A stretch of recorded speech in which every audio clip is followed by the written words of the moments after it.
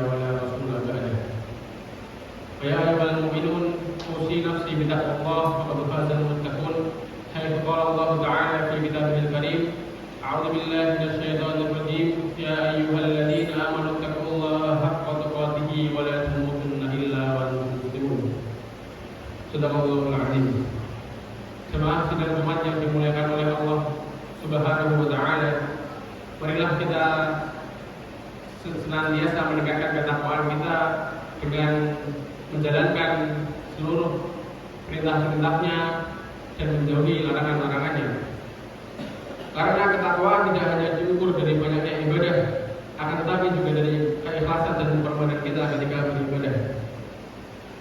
Jemaah sidang Jumat rahimahullah. Pada kesempatan yang mulia ini, khatib mengajak jamaah untuk mengambil pelajaran dari kisah seorang hamba Allah yang namanya mungkin tidak dikenal, akan tetap tidak dikenal di dunia, akan tetapi namanya masyhur di antara penduduk langit, ialah Uwais Al-Qarni. Uwais Al-Qarni adalah lelaki yang berasal dari Yaman, dari kabilah Qarn. Ia hidup dalam kesederhanaan yang luar biasa, tidak seperti sahabat Nabi SAW yang lainnya yang hidup di Madinah. Uwais tidak pernah bertemu dengan Rasulullah SAW secara langsung. Namun imannya begitu kuat hingga cahaya imannya sampai di hati Rasulullah SAW. Dia hanya memiliki sehelai jubah yang penuh tambalan dan seekor kambing untuk mata pencahariannya sehari-hari. Meski miskin secara materi, akan tetapi Uwais Al-Qarni dengan ketakwaan dan tawakal kepada Allah bisa menjadikan dia manusia yang namanya yang disebut oleh malaikat di seluruh penjuru langit. Uwais dikenal karena bakti dan luar biasa kepada ibunya yang sudah tua lagi buta. Suatu ketika ia sangat ingin berpergi ke Madinah untuk menemui Rasulullah SAW. Akan tetapi ibunya sudah tua renta, tidak memungkinkan untuk melakukan perjalanan jauh. Dengan adanya ikhlas, Uwais memilih tinggal di Yaman untuk merawat ibunya. Rasulullah SAW bersabda kepada para sahabat, "Kelak akan datang kepada kalian Uwais Al-Qarni dari Yaman. Dia memiliki penyakit kusta yang sembuh kecuali sebesar berat di tubuhnya.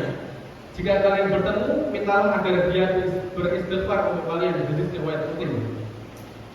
Ini menunjukkan betapa tinggi kedudukan Uwais Al-Qarni di mata Allah dan Rasulullah, meski ia bukan sahabat yang terkenal. Setelah Rasulullah SAW wafat, Khalifah Umar bin Khattab dan Ali bin Abi Thalib mencari Uwais berdasarkan wasiat Nabi yang disampaikan oleh Nabi tadi. Ketika mereka menemukannya di tengah padang pasir, mereka berdua menemukan Uwais Al-Qarni sedang sholat secara khusyuk di padang pasir. Kemudian setelah selesai sholat, Umar dan Ali pun mendatanginya dan meminta doa. Tapi Uwais justru menangis dan berkata, "Wahai Amirul Mukminin, aku hanya seorang hamba yang penuh dosa. Doaku tidak lebih baik dari doamu." Umar bertanya, "Mengapa Allah tidak datang kepada Rasulullah SAW?" Kemudian Uwais menjawab, "Ibuku sudah tua dan buta, Amirul Mukminin. Aku tidak ingin meninggalkannya sendirian." Mendengar ini, Umar dan Ali pun menangis. Mereka memahami bahwa pengorbanan Uwais untuk ibunya lebih mulia di sisi Allah daripada keinginannya bertemu Nabi SAW. Jemaah semua yang dimuliakan oleh Allah, dari kisah tersebut kita dapat mengambil beberapa pelajaran. Yang pertama adalah birrul walidain kita kepada orang tua kita adalah kunci surga kita kelak. Allah Subhanahu wa Ta'ala menggandengkan perintah beribadah kepadanya dengan berbakti kepada orang tua. Allah Ta'ala berfirman dalam surat Al-Isra ayat 23 yang artinya, "Dan Tuhanmu telah memerintahkan agar kamu jangan menyembah selain Dia dan hendaklah berbuat baik kepada orang tua kalian." Uwais mengajarkan bahwa ridha Allah terletak pada orang tua. Bahkan ketika ia dijanjikan surga karena baktinya, ia tetap rendah hati. Yang kedua adalah kezuhudan Uwais Al-Qarni. Uwais hidup dengan qanaah, merasa cukup dengan apa yang Allah berikan kepadanya. Ia menolak pemberian Umar dan Ali karena takut dengan godaan dunia. Rasulullah SAW pernah bersabda, "Bukankah kekayaan itu dengan banyaknya harta, tetapi kekayaan sejati ialah dengan kekayaan jiwa." Hadis riwayat Bukhari dan Muslim. Dan yang ketiga adalah ikhlas beramal. Uwais tidak ingin dikenal. Setelah bertemu Umar dan Ali, ia memohon agar mereka tidak memberitahu orang lain tentang dirinya. Ia khawatir akan riya atau ingin dipuji. Inilah tanda ikhlas sejati, beramal hanya untuk Allah meski tidak ada yang melihat.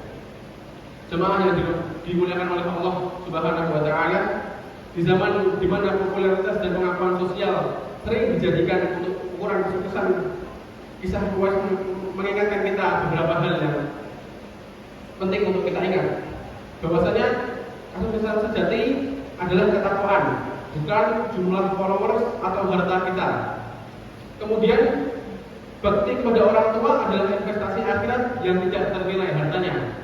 Dan yang terakhir adalah kesederhanaan dan keikhlasan adalah jalan menuju kemuliaan di sisi Allah Semoga kita dapat mengambil ibrah dari kisah masalah Qarni ini dan menambah bakti kita kepada orang tua kita semua.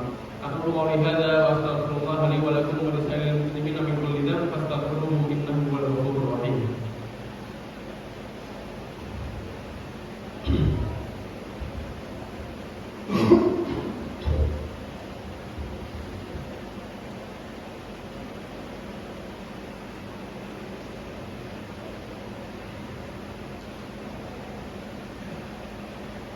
Alhamdulillah wa kafa wassalatu wassalamu ala nabiyyina Mustafa wa ala alihi ahli sidqi wal wafa amma ba'd. Fa ya ayyuhal mu'minun ittaqullaha kama amara rabbukum haitsu qala Allah ta'ala ya ayyuhalladzina amanu ittaqullaha wa qulu qawlan sadida yuslih lakum a'malakum wa yaghfir lakum dhunubakum wa may yuti'illaha wa rasulahu faqad faza fawzan 'azima. Wa'lamu ayyuhal mu'minun innallaha amarakum bi amrin bada'a fihi bi nafsihi wa thanna bil malaikati bi qudsih. حيث قال الله تعالى إن الله وملائكته يصلون على النبي يا أيها الذين آمنوا صلوا عليه وسلموا تسليما. اللهم صل وسلم وبارك على محمد وعلى آل محمد كما صليت على إبراهيم وعلى آل إبراهيم وبارك على محمد وعلى آل محمد كما باركت على إبراهيم وعلى آل إبراهيم في العالمين إنك حميد مجيد. اللهم اغفر للمسلمين والمسلمات والمؤمنين والمؤمنات الأحياء منهم والأموات إنك سميع قريب مجيب دعوة ويا قاضي الحاجة. اللهم أرنا الحق حقا وارزقنا اتباعه وأرنا الباطل باطلا وارزقنا اجتنابه. ربنا ظلمنا أنفسنا وإن لم تغفر لنا وترحمنا لنكونن من الخاسرين. ربنا هب لنا من أزواجنا وذرياتنا قرة أعين وجعلنا للمتقين إماما. ربنا آتنا في الدنيا حسنة وفي الآخرة حسنة وقنا عذاب النار. عباد الله إن الله يأمر بالعدل والإحسان وإيتاء ذي القربى وينهى عن الفحشاء والمنكر والبغي يعظكم لعلكم تذكرون. فاذكروا الله العظيم يذكركم واسألوه من فضله يؤتكم واشكروا على نعمه يزدكم ولذكر الله أكبر والله يعلم ما تصنعون. أقيموا الصلاة.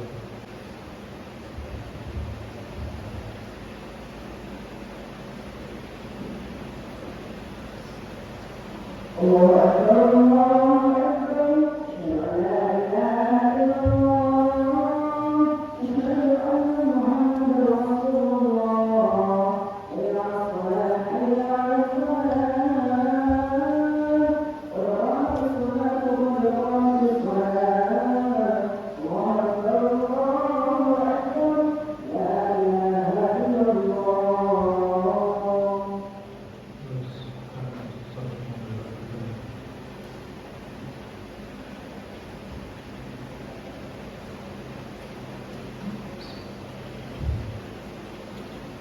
الله أكبر.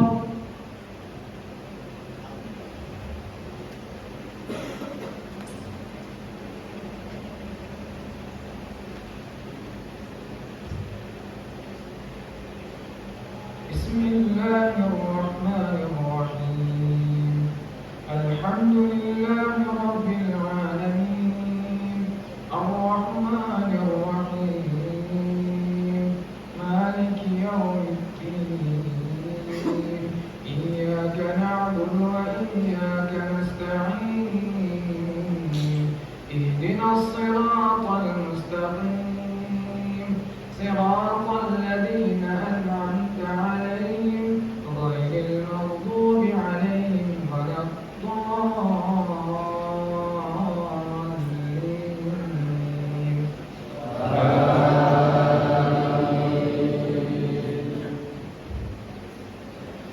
سبح اسم ربك الأعلى الذي خلق فسوى والذي قدر فهدى والذي أخرج المرعى فجعله غثاء نحوا سنقرئك فلا تنسى إلا ما شاء الله إنه يعلم السر وأخفى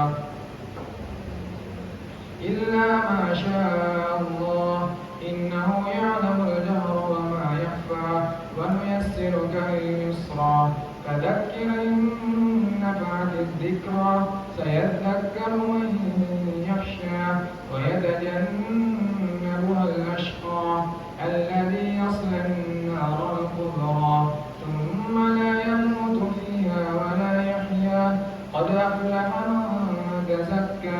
وذكر اسم ربه فصلى بل تؤثرون الحياة الدنيا والآخرة خير وأبقى إن هذا لفي صحف الأولى صحف إبراهيم وموسى. الله أكبر.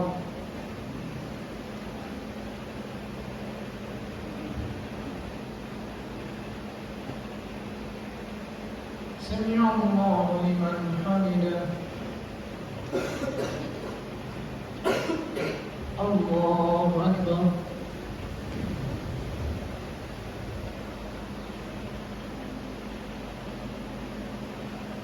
الله أكبر.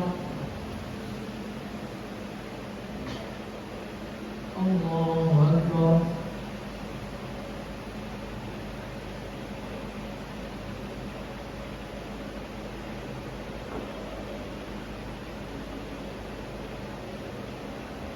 الله أكبر. بسم الله الرحمن الرحيم الحمد لله رب العالمين الرحمن الرحيم مالك يوم الدين إياك نعبد وإياك نستعين اهدنا الصراط المستقيم صراط الذين أنعمت عليهم غير المغضوب عليهم ولا الضالين.